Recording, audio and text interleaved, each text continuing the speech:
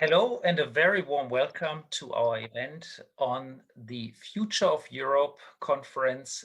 Is it a vehicle for reform or rather a forum for reflection? My name is Guntram Wolf and I'm the director of Bruegel, and it's a great honor for me to host today this panel discussion on this topic. And we are particularly pleased that Manfred Weber has agreed to join us. Manfred Weber needs no introduction, but he is, of course, the chair of the EPP group in the European Parliament, a politician from Bavaria, CSU, and of course, a very, very influential figure on European politics.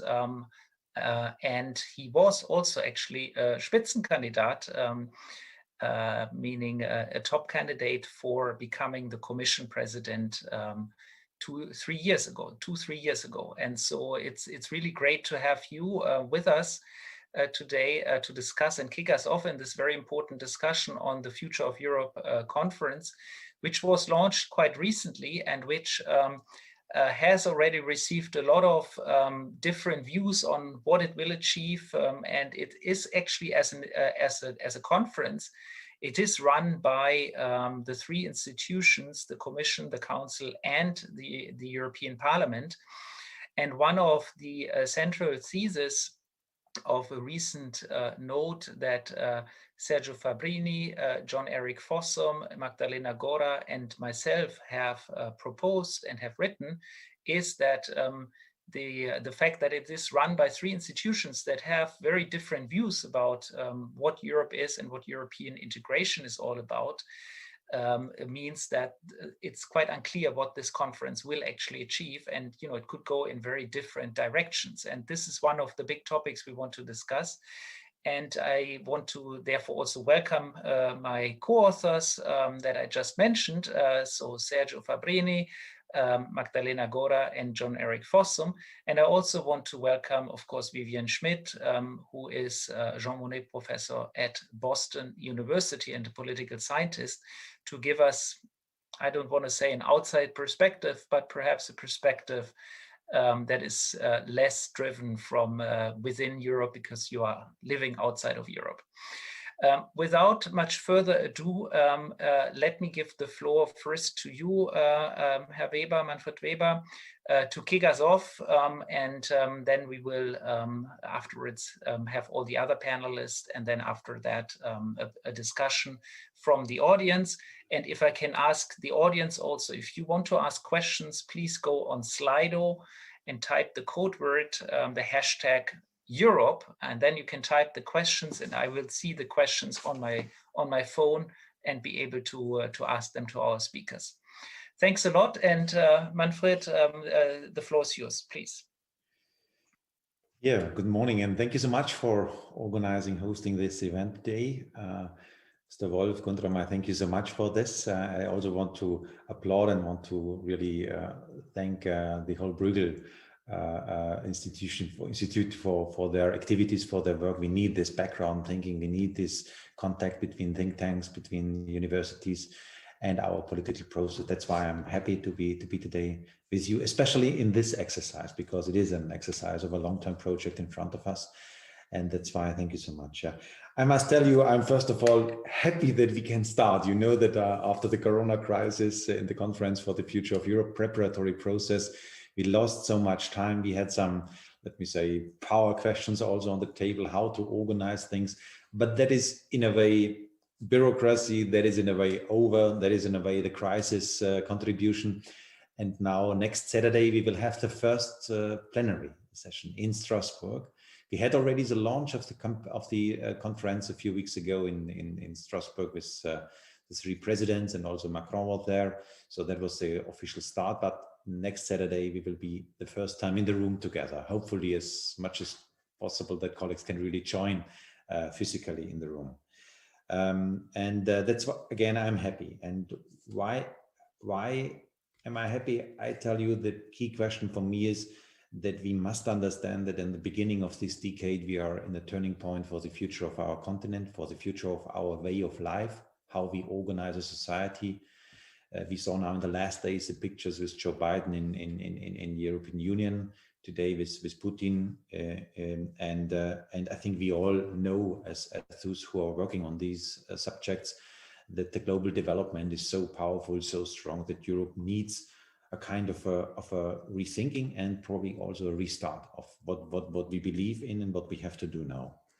And another proof for is it needed, yes or no, another proof for this is the COVID crisis again. I think when I would have had asked you 2 years ago, in the audience 2 years ago, do you think that the health union is needed? I tell you, in my group and in a lot of colleagues in the European Parliament, and especially on council side, a lot of colleagues would have had said, oh, forget about this, health is purely national competence and we don't need any interference from European level on this important national idea, and that is health.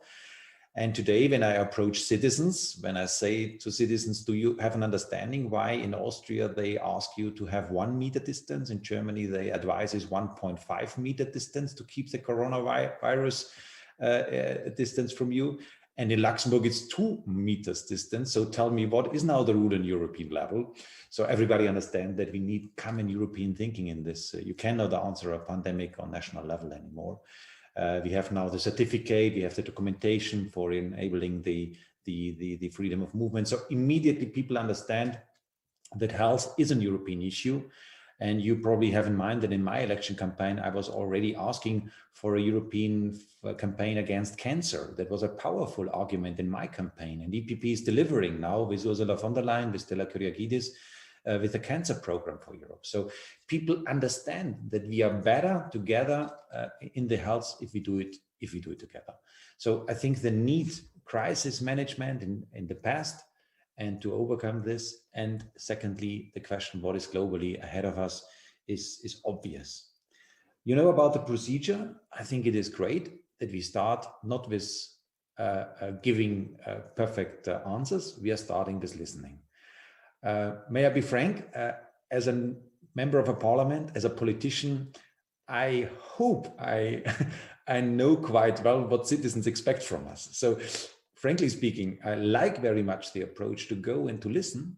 And I think the output of these citizen panels will be quite interesting for some observers, I would say. Also from media point of view, it is a great exercise. But frankly speaking, for me, I don't expect so much on content, so much news when it is about climate change expectations, when it is about unsolved migration challenge, when it is about the jobs perspective for Europe, about the social problems linked to climate change and to the Fit for 55. So I think it is quite obvious what is on the table, but again, don't get me wrong, listening is a starting point. I only underline this. There is not so much probably news behind, because as an observer, as a politician, I must have in mind what people think. I underline this because the second pillar of the conference is equally important. First is listening, but second is, and that's a job of those who have a mandate, who are elected for this, they have to answer the question of how. So how do we answer the expectations of citizens? How can we guarantee climate change? EU is a leading institution in this. And how can we guarantee border protection then? So the how is the more important question for me than the question about what are the problems? What is the substance? And this is then also the structure, probably the more boring point of this conference, that when we arrive then in spring next year to the formulation of the outcome, I would say as a first outcome, I want to continue after this. It shouldn't be only a debate linked to the Macron election campaign, let me be frank. It should be a broader discussion. So that's why I would not stop next spring. But at the first outcome, spring next year, I would really see that the structural questions, again, more technical, a little bit more far away from citizens' daily life. I understand this, but we should be aware that this is a substance for me. For example, qualified majority decision process in the council. For example, the question to strengthen Europe on executive things. So when we have a Schengen legislation in Europe, then we need a Frontex border guard who is ready to implement and capable to implement things. We need the executive strengthening of the European Union. We are a good lawmaker, we are a good legislator, but we are not good in implementing, in delivering, in making things real. That is, so on this question of how to do things, I think that is really, for me, the key question in front of us. And there I like very much, and I hope very much that we can really invite now our colleagues from national level, the council members, even the regional representatives from the Council of Regions, to invite them. Please give us your advice. Please tell us, what do you think, how to make Europe more capable to deliver on the expectations of our citizens? The final point on the question of what is needed, what do we have to do, what is the content?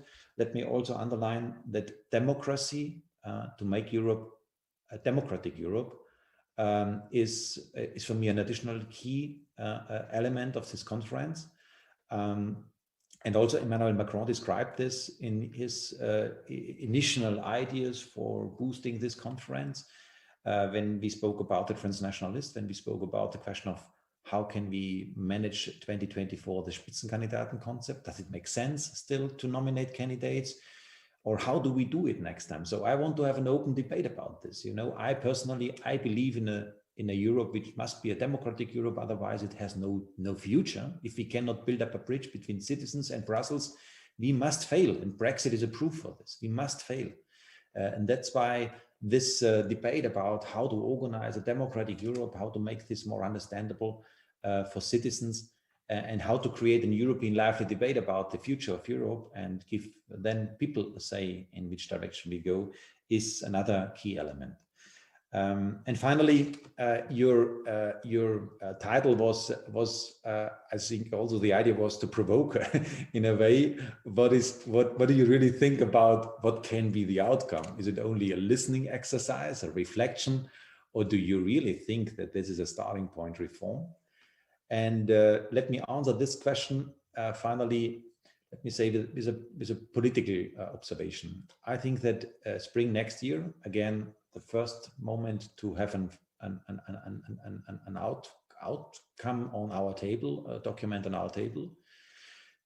We will have the French presidency. We will have Emmanuel Macron running again as president of France. And I'm sure, and we know this, he wants to use this conference to underlining that he is a great European and he wants to deliver on European level. And I like this very much. So I like this very much. And on the other hand, I hope we will have a new chancellor in the chancellery from the CDU. So that is my hope as an EPP politician. So if Armin Laschet, and that's for the moment likely, I would say that Armin Laschet is the next chancellor of Germany. And you have probably a first observation about him. I would say he's more in the Helmut Kohl tradition in developing Europe. So not only waiting for a crisis, like frankly speaking, Angela Merkel did it, not waiting for a crisis and then giving a proper answer. He is more in an approach to give really then an idea what is in front of us, what is the next decade asking us to do. And I think Armin Laschet would be a chancellor who will be and would be ready in spring next year to define together with Emmanuel Macron the principles, the guidelines, the key reform projects for a functioning European Union. And that motivates me. I think we have on council side quite strong partners who finally have a personal, but also a more broader European-wide interest for delivering, for making things really happen. On our side, we have to be the driving force on engagement, of readiness to discuss, of being happy to discuss and open a window and let's fresh air inside of Europe and let's be creative. That is the job of us as parliamentarians, together again with the national colleagues, because they are the ambassadors on national level to give a good response to citizens. So and if we do this together for the next month and having spring next year with the political considerations I mentioned in mind, I think there is a great chance that this is really the start of a reform for the European Union, more needed probably than ever before in this times of big changes. And that's what I think. That's what motivates me.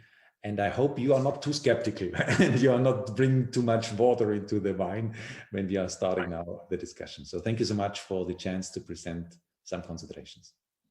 Well, thank you so much, Manfred Weber. This was great, and of course I would love to sort of push you and hear from you whether you think Annalena Baerbock in the Chancellery wouldn't drive reforms in Europe. But that is, I guess, for somebody else to ask. And the next speaker is in fact Sergio Fabbrini, who.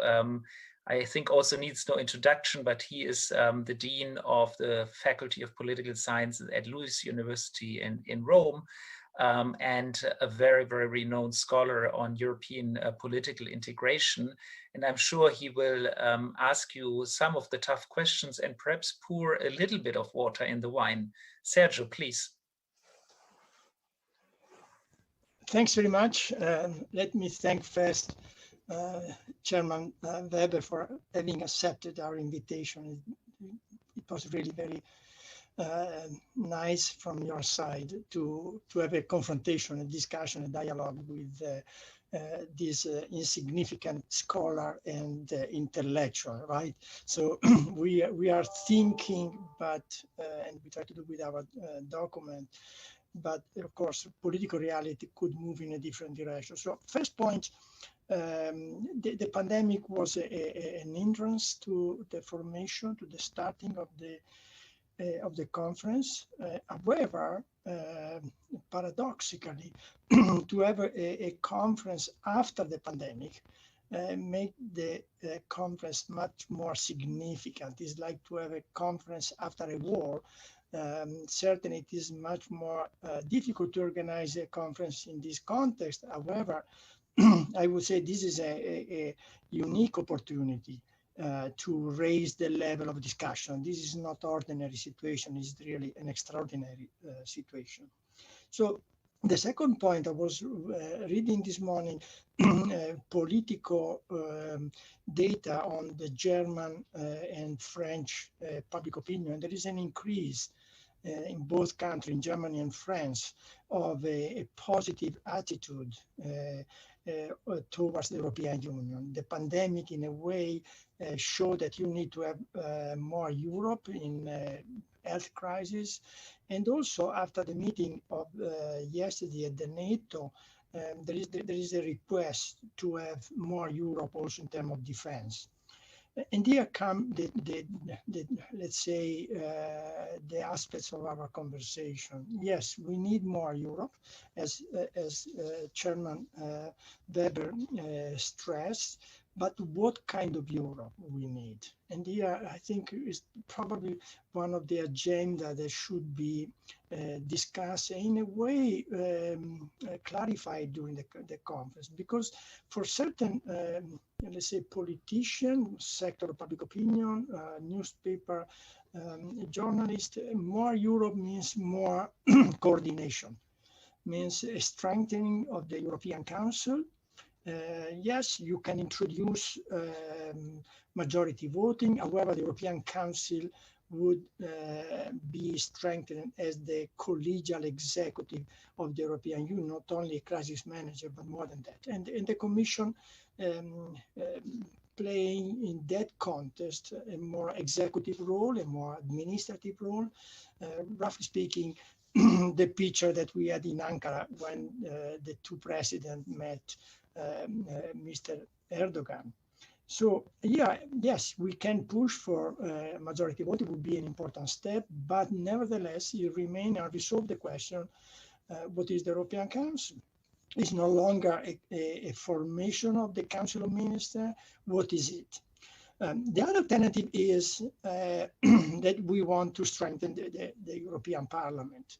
And in that sense, the Spitzenkandidat is a way for strengthening the role of the European Parliament in controlling, selecting the European Commission. Interesting enough, after 70 plus something year from the Rome Treaty, the two most important institutions are the European Council and the European Parliament, which were not at the moment in which the Rome Treaty was signed. The European Council was just an informal club of prime minister meeting. Sometimes the European Parliament was a secondary kind of legislation. So here we have a dramatic institutional change, which is very interesting for us as a scholar, of two institutions that were not in the constitutional foundation of the Rome Treaty, but now are the most important institutions. So I would be very happy to know from Chairman Weber what kind of equilibrium we can find out from this development. The European Union cannot be a German-type federation, where the national government play a role like the German Länder, important role in budgetary policy, but without voice in the formation of the government. So here I found some difficulty in pursuing the Spitzenkandidat, but at the same time, of course, the European Union cannot be an executive federation where only government matter. The question raised by Jean Monnet already at the beginning remain open, and I would be very happy to know from Manfred Weber. We had already several occasions in the last month to have a conversation on this issue, but I would be happy to know from his side how he mature an answer to this very crucial institutional dilemma. Thanks. Thank you, Sergio and Herr Weber. We will have first all the comments and then, of course, give the floor back to you. So our next speaker is John Erik Fossum, who is a professor at the University of Oslo's Center for European Studies, and he is also a coordinator of Horizon 2020 project, in which I think we are all, or almost all of us here in this call, partners. So John Erik, please. Thank you very much. And I would like to echo Chairman Weber's thank you to Bruegel, and we are very happy to have Bruegel as part of the EU3D project. So of course, we're also building this as a policy dialogue under the project. So that's an extra privilege to have this in this case. And Sergio Fabbrini and Magdalena Góra and Günther and Wolf are work package leaders of this project. Now, my brief remark will be pitched under the heading of democracy. So the joint declaration posits that the conference should open a new space for debate with citizens to address Europe's challenges and priorities. European citizens from all walks of life and corners of the Union will be able to participate, with young Europeans playing a central role in shaping the future of the European project. This is from the joint declaration. The corona pandemic has, if anything, amplified a need for reform that has been apparent since the financial crisis struck, if not even longer. Many therefore see the conference as a uniquely democratic opportunity for reforming the EU. Hence the notion of the conference as a vehicle for reform. If so, the conference must be explicitly designed to carry through reforms from a democratic perspective. The design of the conference, with a strong bottom-up component to encourage citizens' participation, solicit citizens' views, and develop a popularly founded reform agenda, then also appears to offer a unique opportunity for fostering democratic reforms by means of an explicit democratic procedure. The fact that all three main EU institutions are directly involved in the running and managing of the conference, in the joint presidency, executive board, secretariat, and a central presence in the conference plenaries, suggests that proposals can be acted upon directly. A closer look at how the conference is actually designed reveals ambiguities in the design and brings up questions about the commitment to reform.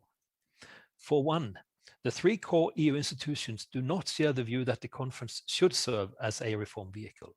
For two, the conference has stated explicitly that the process should not lead to the Council has explicitly stated that the process should not lead to treaty changes. For three, the projected outcome is a report to be submitted to the conference's joint presidency, but without an explicit commitment to follow up whatever recommendations are produced with any tangible actions. This ambiguity suggests that the conference may end up more of a forum for reflection than as an agent of change. Now, from a democratic perspective, a forum of reflection can have merit in the sense that it can serve as a focal point for debate and trigger a process where Europeans talk about the same issues at the same time.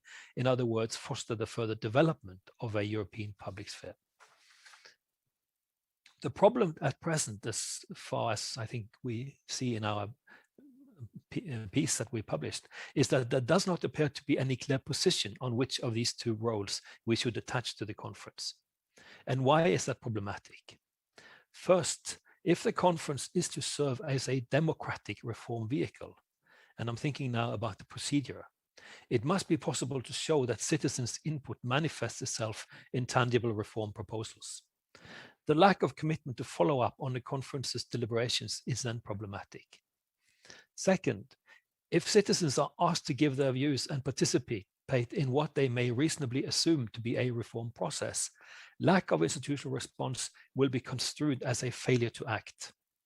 It can be construed as a disconnect between citizens and EU institutions. And I'm talking about the construals, and there are many people out there who would like to construe things in these terms. Third, direct institutional involvement in the leadership of the process will make the problem of disconnect more visible, given that the institutions can be held directly accountable to whatever comes out of the conference. Fourth, direct institutional involvement can expose differences in EU institutions' visions of the EU and how the EU should relate to their citizens, as European citizens versus as members of national communities. Can the conference help to work out such differences, or will it expose them further? Fifth, clarifying the status of the conference is also important in order to clarify what relationship there is between the conference and the EU's actions to deal with the pandemic. The more the conference is perceived as a reform vehicle, the more important such a clarification appears to be, especially given the direct EU institutional involvement in the conference. Sixth, if the reform option is sustained, it is important to sort out what can be done without treaty change and what requires treaty change. Now, the current ambiguity in the conference's design has important legitimacy implications. There is a need to stake out a clear course of action. At present, if we look at historical precedents, the European Convention was able to convert a designated role as close to a forum for reflection into a reform vehicle. Whether a similar dynamic is possible today remains to be seen. Thank you. Thank you, John Erik. And our third speaker is our fourth speaker is Magdalena Góra, who is professor at the Institute for European Studies in Jagiellonian University. Sorry, Magdalena, to be precise. And you will present a little research, but have 5 minutes also, please. Thank you very much for this. It's indeed Jagiellonian University. Pleasure to be here and pleasure to share some thoughts stemming from our research. In order to say something about the possible dynamics within a conference that's ahead of us, it is useful to look at the past debates and future of Europe. And our main question was how far those debates happening in national arenas are differentiated or segmented. And I would like to present here key preliminary findings from our analysis of debates on future of Europe across the EU, as you can see on this slide, done by a group of scholars across the continent who contributed to this research brief. I'm trying, sorry, to, yeah. So in our research, we analyzed debates on future of Europe in 11 national parliaments across the EU and in associated countries, Norway, since 2015 until now. But the data that I will show you is until 2019. But we keep going looking at this. Our analysis demonstrates that the political actors in various national arenas debate similar issues and problems regarding future of Europe, although the local responses and proposed solutions for the reforms of the EU institutional setup and policies vary significantly. In many member states, there is little discussion on the EU institutional reform or EU as a governing system or democracy per se, as Chairman Weber already mentioned as an important dimension for the conference, but rather focus on policies that require immediate and necessary reforms, primarily filtered by national perspectives, problem and interests. The main shared context that in recent years have structured those debates on the future of Europe were multiple crises, obviously, financial, migration, Brexit, and now the COVID-19 pandemics. However, overall, the migration crisis itself, as well as the EU and national responses, consumes members of parliament's attention and structures the debate in many parliaments. As you can see on the chart here, the migration was the most often policy that was sort of mentioned while MPs were referring to the future of Europe. Was also a lot of attention sort of driven by Brexit, also in reference to external relations and relations with neighbors. And obviously the financial, what is interesting, and I think it was already raised today, was also that defense and security issues are actually important context for MPs to discuss the future of Europe. And of course, economic and monetary union on the reforms of Eurozone. The important point here is that this is only on the data set that was on the future of Europe. And we have a similar data set that is devoted only to the economic and monetary union. So it seems to us that if we would treat those debates all together, then the economic monetary union will be more important. Generally speaking, the analyzed plenary debates only partially served as far for constructive discussions on what should be reformed as regards the institutional setup. As you can see on the other part of the slide, you have here the references to the sort of institutional setup, both positive, negative, in order to deepen or not European integration. But they are sort of,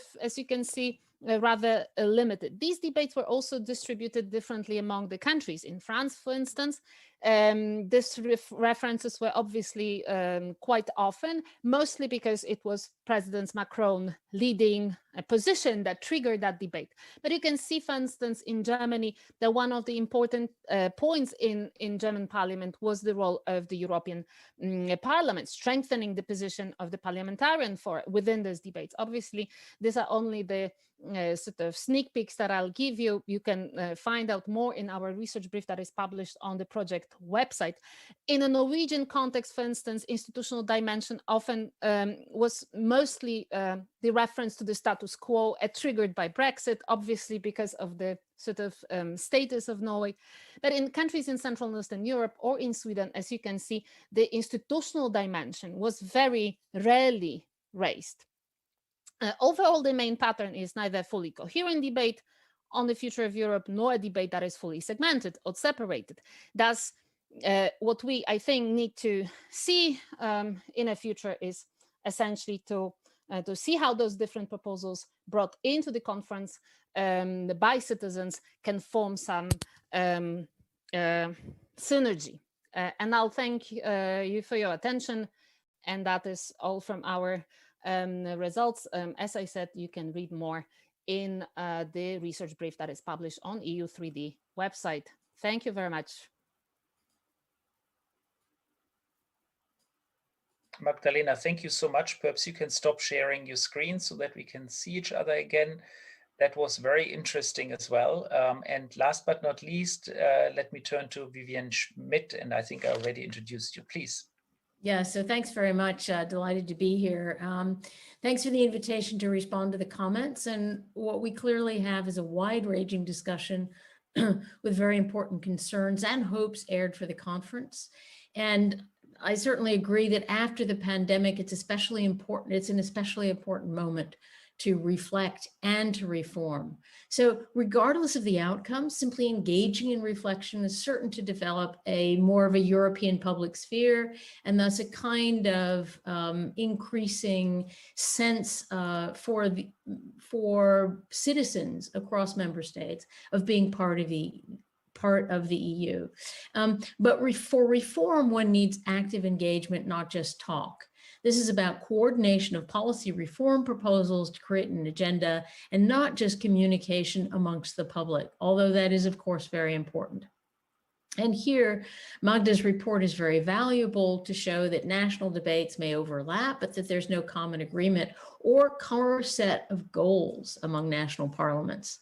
So this is also why the conference is important, because debates in deliberative forums can help build such agreements and goals. You know, just because the national parliaments are in different places doesn't mean that if they engage, they won't come to common sense of what to go for, how to go forward. So Manfred Weber, I think you're absolutely right. Listening is tremendously important, but as Sergio and Erik point out, you know, how, from whom, who decides? Is it the council? We've already seen the member states in the council are not very ambitious. You know, what about the EU level, the European Parliament and the Commission? They clearly would benefit from a direct EU linkage and the citizens' direct dialogue at the top, as opposed to what the Council sees more as a national bottom-up kind of discussion with national citizens. And I guess the question is, how do you ensure that both sort of bottom-up and at the top kinds of discussions will provide the necessary forum, not just for reflection, but for reform? And of course, as was mentioned in the policy documents, how do we manage expectations?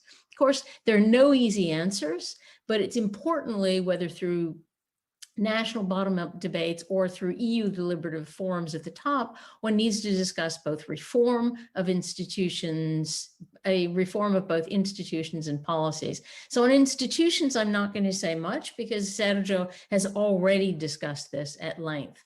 You know, what's really important is not just qualified majority voting, but strengthening the Commission as an executive body with more of its own resources. Rethink perhaps the role of the Council and the European Council in relation to the others, you know, more co-decision, less unanimity rule. And what about, and I think this is important, more powers to the European Parliament, especially in economic governance, given new redistributive resources.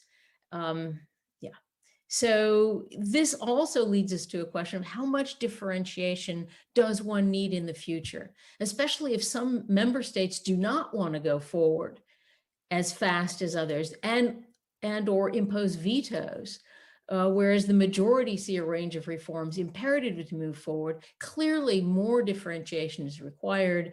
One needs to, as I've said elsewhere, think of the EU as overlapping policy communities with different clusters of member states so that one can move forward in defense, which we've seen everyone seems to want, and recognize that some countries may want to deepen in certain areas and others will want to stay out for a bit longer. But this, of course, once we talk about that, we're also talking policies. And MEP Weber did suggest a number of areas of reform. So I'd like to add some that weren't mentioned. So what about, and this I'd really like to see your response, what about next generation EU becoming an EU level permanent fund for investment? Clearly it's necessary if the EU is to achieve the green transition and digital transformation. And given the need for this and other funds already in existence, such as SURE, et cetera, doesn't there need to be an EU finance minister? So we go from policies to institutions. What about the ECB?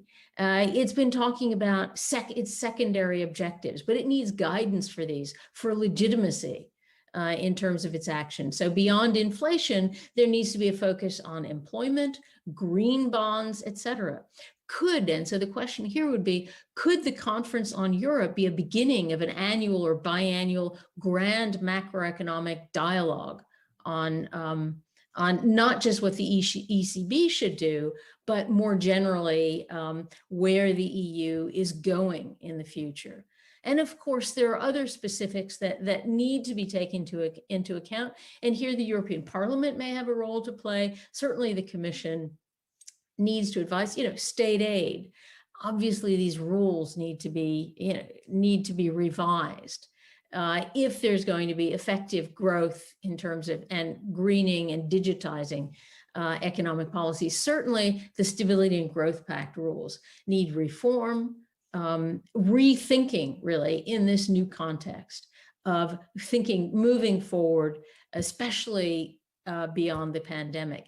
And needless to say, there are taxation issues. Great that the G7 is agreeing, and OECD, et cetera, on corporate minimum global corporate taxation. But what about the EU and its tax havens?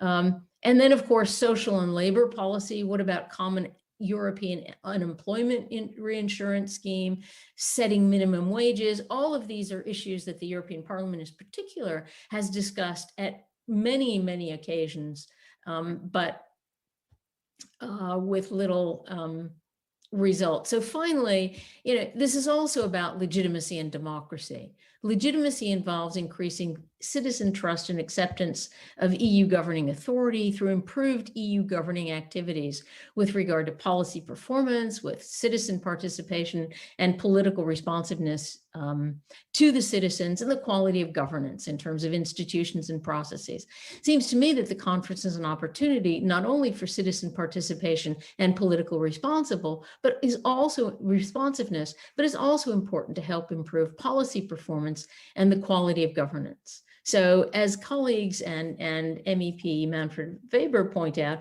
this is a critical juncture for the EU and a chance to reconnect the citizens to the EU while making the EU work better for better results.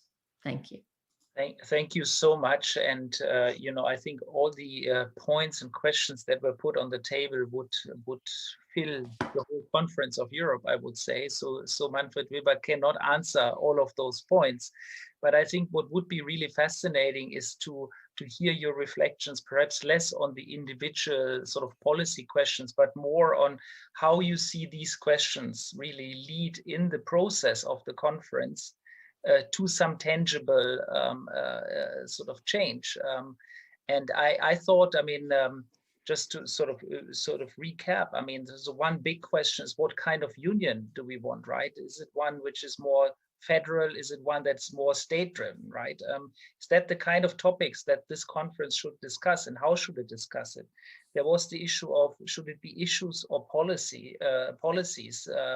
So should it be policy issues, or let's say more the institutional setup that should be at the center of this conference?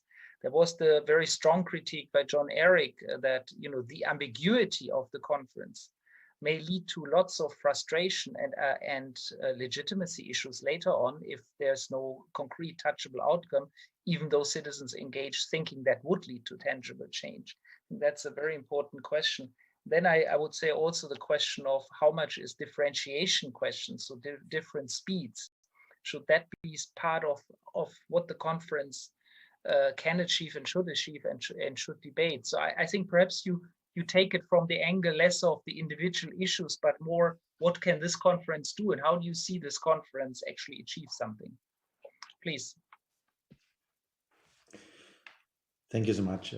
It's really interesting to have this exchange, and also listening to your research perspective, but also from your future perspective. What is your considerations for the conference? What are your considerations?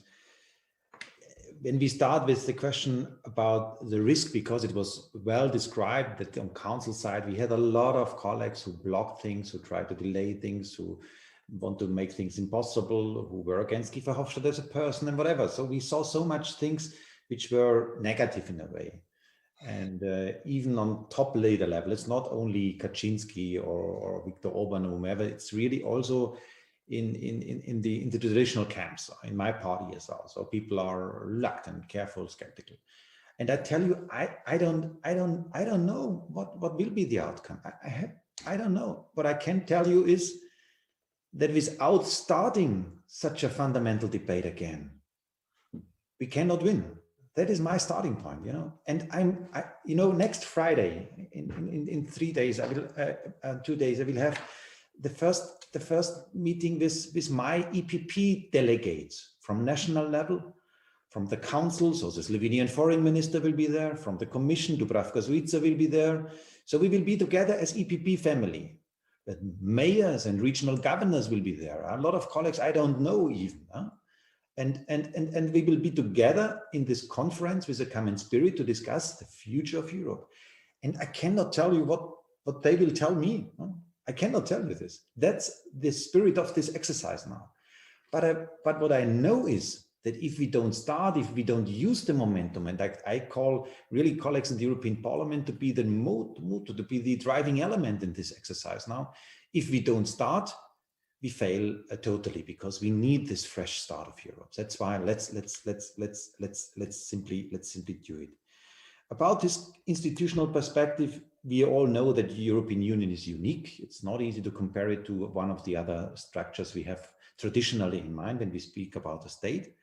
I would say for the Commission, I also listened to you, and I think we agree that for the Commission side, we have to strengthen the executive options and activities of the Commission. So if you have a euro, if you have a currency union, and if you define a 3% limit for the debts in the national parliaments, and then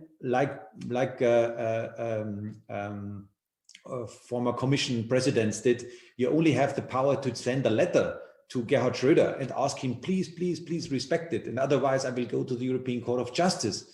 You know, a normal prime minister and chancellor of Germany would say, forget about this, in 3 years' time, I have an outcome of the court case and I don't care anymore. So if you want to implement things, you have to have power in your hands. And that's why executive power for the Commission is key. And when you see today that Europe works on competition law, for example, where Europe has full power in his hand, in her hand, then you see that wherever we will have executive power, people see that it makes sense to do it together. So that is for Commission the main target. For the Parliament, you're probably surprised. My wishing list is not so long. I want to have the right of initiatives. Okay, that's a fundamental right. But when I compare it with colleagues in the Paris Parliament, in the Berlin Parliament, in the Rome Parliament, frankly speaking, I don't see so much initiatives from the ranks of the members of a parliament. I see a lot of initiatives presented by the executive branch, by the government. In my case, in Germany, by the coalition agreement, by the coalition talks. They present an initiative, and then the services in the ministries make a proposal, and then it arrives to the parliament. So I don't see so often an initiative from the parliament's point of view. I see it more often from the executive side. Finally, it must be approved in the parliament, and that's the case in Berlin, in Rome, in Paris, and that's also the case in Brussels, that you need the consent from the European Parliament. And in all these things of doing legislation, I think the European Parliament is finally, in a lot of cases, the deal makers. The real power of Council, look to migration legislation, is to block things. That is what they can do. That is what they are very, very powerful. If they cannot agree, they can block initiatives. But to bring things alive, I think our machinery of the European Parliament is quite successful to find compromises, and quite successful to find reasonable compromises when we speak about the content. So there, my wishing list is not so long. And I would say the longest wishing list is on the Council side, I tell you. You see, when we see the decision-making process on Council side, I spoke a minute ago about agriculture, for example. I tell you, currently we are on the trialogue on agriculture. For millions of farmers, for rural areas, it's a key legislation. And I tell you, when I speak with the Portuguese presidency, I have no idea who is really responsible for the Council position. Huh? I hear thousands of arguments, what the French minister tells me, what the German minister tells me, what the Austrians are doing, but I have no idea about a real negotiation partner. On Parliament side, it's sometimes not easy, but you know, the Greens are there, the Socialists are there, the EPP is there, and you have a contact there. But on Council side, I give you an even more powerful argument. Last year, when we negotiated MFF and Next Generation EU, 1.8 trillion euros. I had to talk, when we discussed rule of law and all these aspects, I spoke mainly with the ambassador of Germany and not with the finance minister of Germany about such a thing. You see, that's the real architectural problem of the Council. I speak with bureaucrats. I like them very much and they do a great job, don't get me wrong. But that's not politics, you see. I want to see a minister sitting next to me and discussing these issues with me. But that is not the case. That is not the case. We are talking with EU bureaucrats on Council side and not with real politicians. And that brings me then to the big reform need of the Council to really go for the idea of a second chamber. Yes, like the Americans, like others do it, like we have the Bundesrat in Germany. I don't know, let's consider the model, but we need political reliability, we need clear transparency, we need an idea who voted in favor and who voted against, and so on and so forth. There is my big reform need on European level. That's about the, let me say, governing structure. Can I ask you, Manfred, just to interrupt, because we have one question from a citizen, I mean, from here, the audience, which is because you were saying that your wishes for the parliament are not so big, but one reporter here is actually asking, Catherine Fior is asking, was there not a missed opportunity to democratize the EU when the Spitzenkandidaten system was dropped last time, in your case, in fact? I mean, shouldn't that be high on the wish list of the European Parliament, to get back a system where really only the Spitzenkandidat gets through, and where the Parliament is the decisive institution determining the Commission President, of course, together with the European Council, but really being in the driving seat. Gudrun, we spoke about the question of the institutional structural reforms. And I tell you, in the German constitution, there is no mentioning of any kind of Spitzenkandidat from the parties, but we have Armin Laschet, we have Annalena Baerbock. In Italy, we have now a prime minister who was never running for such a post. But we believe that the parliament is the place to make the decision whether Draghi is prime minister, yes or no. That's a fundamental thinking.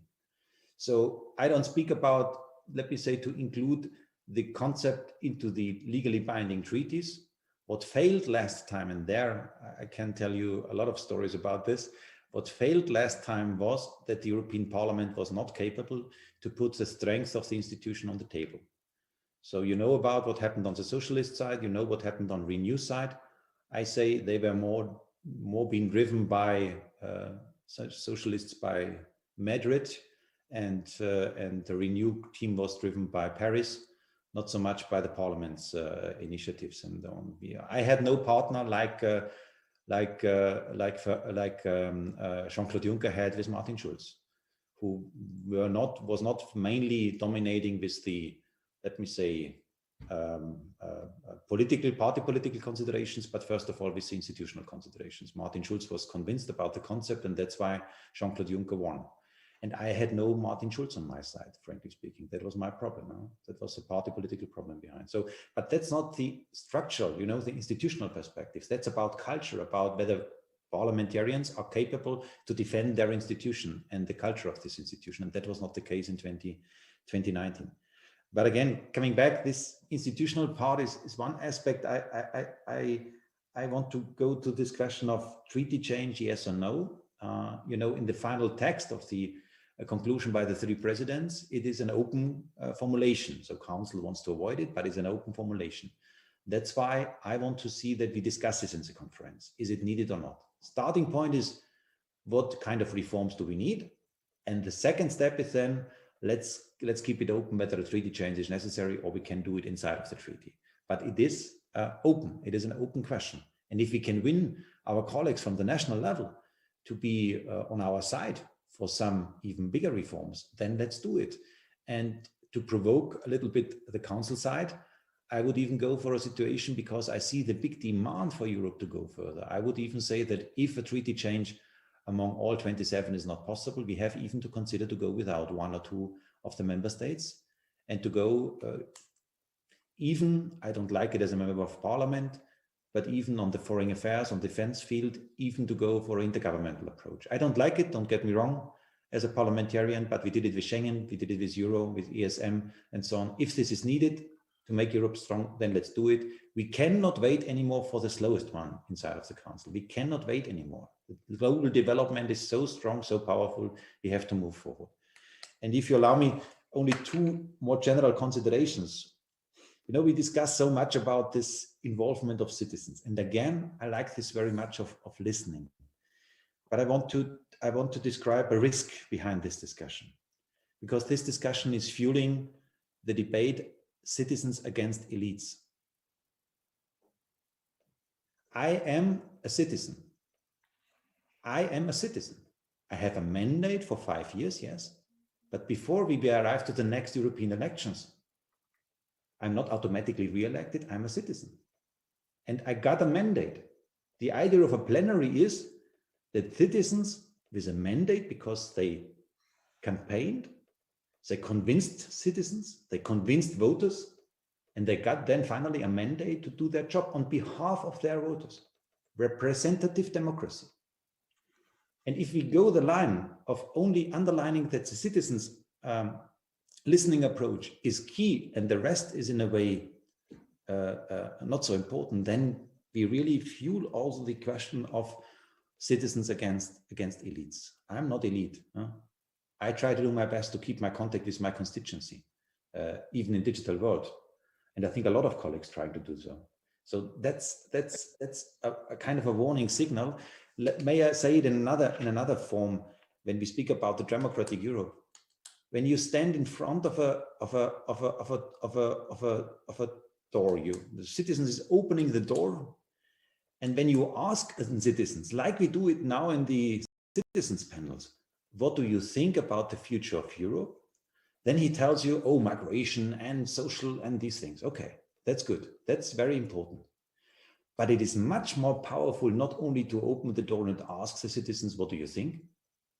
But open the door and stand in front of the citizens and ask him, please vote for me. Because on this citizens' involvement process, the power is still on the side of us as politicians, on Macron's side, on Merkel's side, on whomever's side.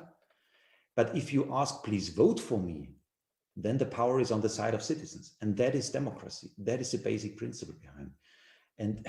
And that's why the only power, the only way to integrate people in the process is not, first of all, to invite Kantar to do the citizens panels. Again, I like it very much. But the key question is, how can we make 2024 safe that what people tells us is finally arriving in an agreement on European level, on a coalition agreement, in a political approach. People see the direct link between elections and finally arriving to outcome. And sorry, I'm so long, but you motivated me. If you allow me, a final point is, when we speak about this process now, you know, some of you also mentioned public opinion and the polls and so on, what people tell us at the moment, and with Corona, it's in a difficult period. But also some of you, I think it was Sergio Fabbrini who said we are with the conference after a war situation in a way, yeah. And I tell you, after the Second World War, politicians like Adenauer, de Gasperi, Schumann say they were not listening to citizens at all. Because if you would have made a poll in Germany and in France whether you want to work together with the Germans after the Second World War, after 2 or 3 wars, then majority would have said, forget it, never again. That was majority situation. But we saw leadership. And in the 19th, Helmut Kohl had no crisis and Mitterrand, but they did the euro. Huh? They did it because it was necessary. And I tell you, in Germany, it was not easy to convince people in favor of a European currency, but they did it. And this kind of pillar of politics, one thing again is listening, no doubt, don't get me wrong. But this kind of pillar of politics, I call it simply leadership. Leadership.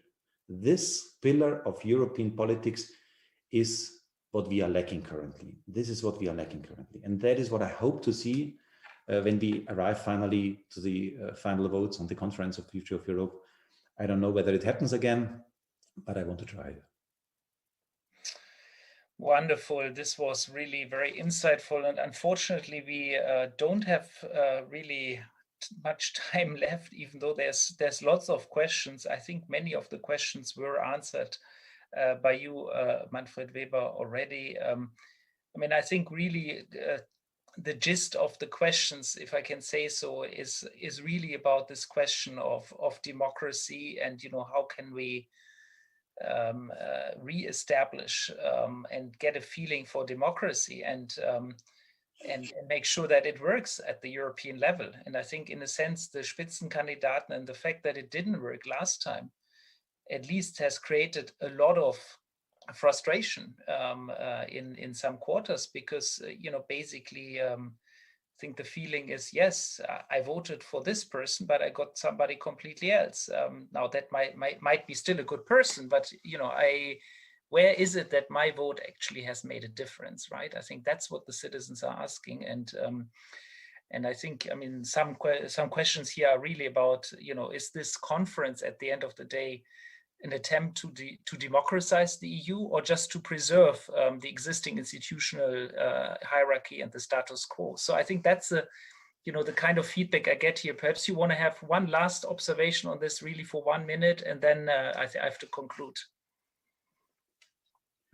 No, absolutely. And I would really invite you, you know, I told today what I think, and you also contributed what you think, also from a science point of view.